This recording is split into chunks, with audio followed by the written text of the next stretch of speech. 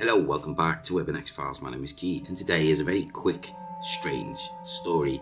It's the story of a curse that was placed upon the town's people, and it is all the way back to the 1800s. And there was a lady who lost her husband, and she had a farm. And she'd started to struggle to manage things on the farm, so she wrote a letter to one of her old friends. They met many years before, and she asked if he would be interested in helping her for a short while to help on the farm, renovate it. I think she was planning on selling it so she could move to a smaller residential area. And the name of the man was Mr. Davis. Now, he replied and said he would be honoured to go spend some time there with her and help her look after her farm and get it back up and running so she was able to do what she wanted to do. And the townspeople, when he arrived, Mr. Davis arrived, the people in the town were a bit awkward and not very nice and welcoming to strangers who'd visited the town. They thought them better than the people, and it said that on one of the days Mr. Davies had gone to the shops and to do a few messages for his friend, the widow, and it says that it was documented that on the way to complete his task for the day, he was attacked by some highwaymen, and they demanded his money and his valuables, yet he refused and put up a fight. And even though he was badly beaten, he gave the two highwaymen a beating themselves, and they didn't want to seem like they got beat up by a younger man.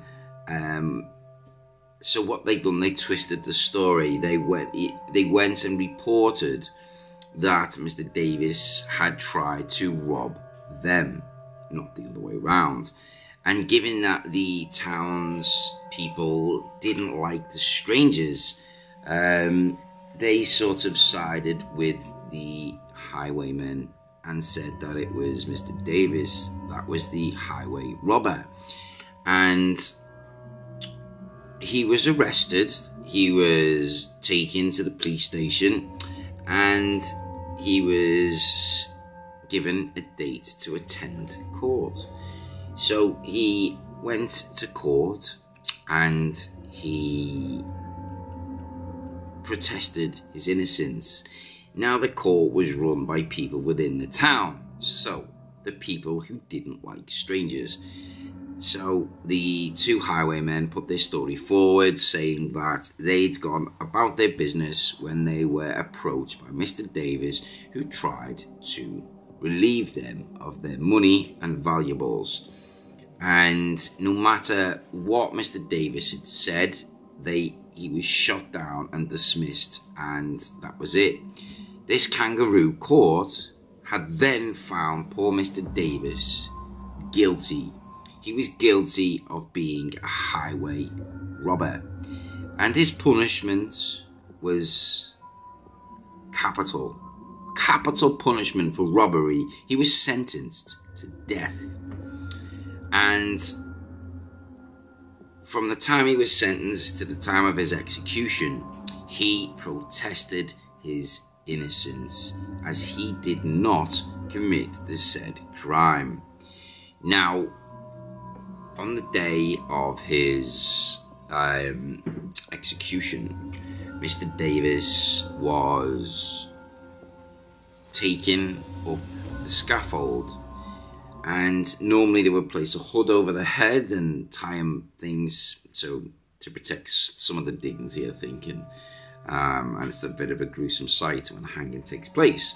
So on this day, it seemed that a lot of the townsfolk wanted to see this gory, awful time of entertainment, as it's called, which is just horrendous.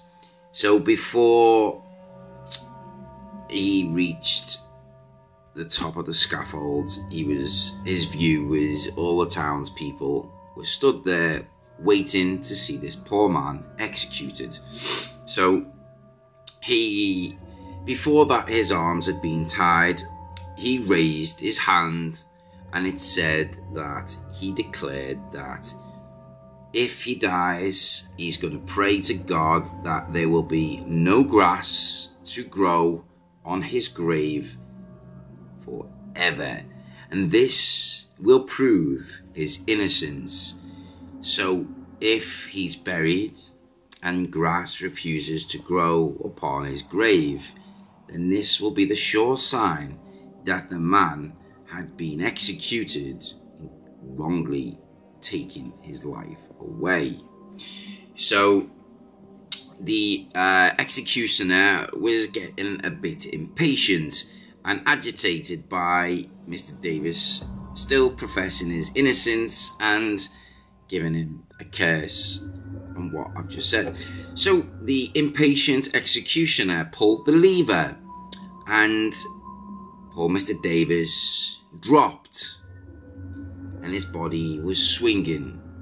The executioner didn't put a hood upon his face, so the crowd could see the contorted face as the poor man had his neck broke and then left to swing and die. Now, as his body swung and lifeless upon the scaffold, there seemed to be a deathly silence that followed the crowd that had come to see this poor man die. All you could hear was the wind blowing and the sound of the poor man's body being hung, and as the rope went backwards and forwards, made the awful sound. And it says that they all took a moment to think about his last words, as I think a lot of the crowd then, as it reported, had said that they somehow knew the man was innocent after his life was taken away.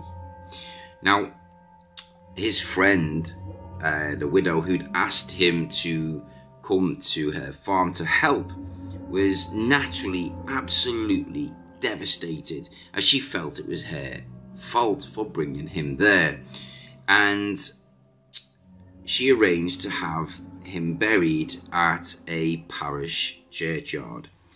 And there were a band of grave robbers who had watched the burial and see this man get buried.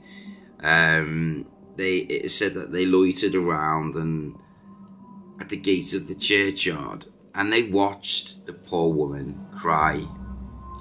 And I think they was planning on robbing the grave and robbing this poor woman.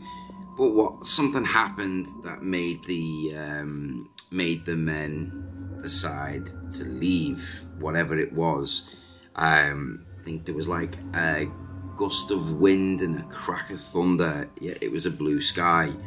So they left, and months had now passed by, and as the days went on, people began to talk, as in their churchyard there was very well kept gardens and grave sites, and it was very green. But for some strange reason, Mr. Davis's grave had remained grassless.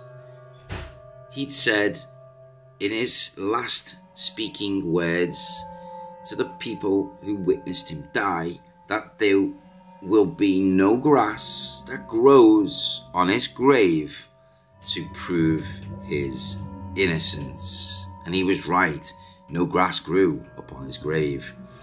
And this began to cause somewhat of a issue with the townspeople, for they believe that they will now be cursed for what they'd done, and the poor man who'd had his life taken short. Now, a priest who lived at the church had tried to encourage grass to grow. He'd sprinkled grass seeds on it and nothing happened. It still remained baldy. Now, over 30 years later, there was a remodel and new pathways were inserted into the church burial ground so people could walk easier and different things. So there was fresh turf laid right throughout, fresh paths, and a lot of them were laid over the graves. Now, Mr. Davis's grave being one of them. Now, it says that within 2 weeks or so of this new path and fresh turf laid, there was a rectangled shape of Mr. Davis's grave that had darkened, yellowing grass that would not grow upon his grave. And that after that, more turf was placed over it, thinking it was just a bad spot. The same thing happened. So forever and a day, now the grave of Mr. Davis remains a soil spot in a lush green grass area. No grass will grow upon his grave, and this is what proves his innocence. Have you heard of a story like this before? It's sad to think the justice system fails people to this day, and it is still happening 100+ years ago.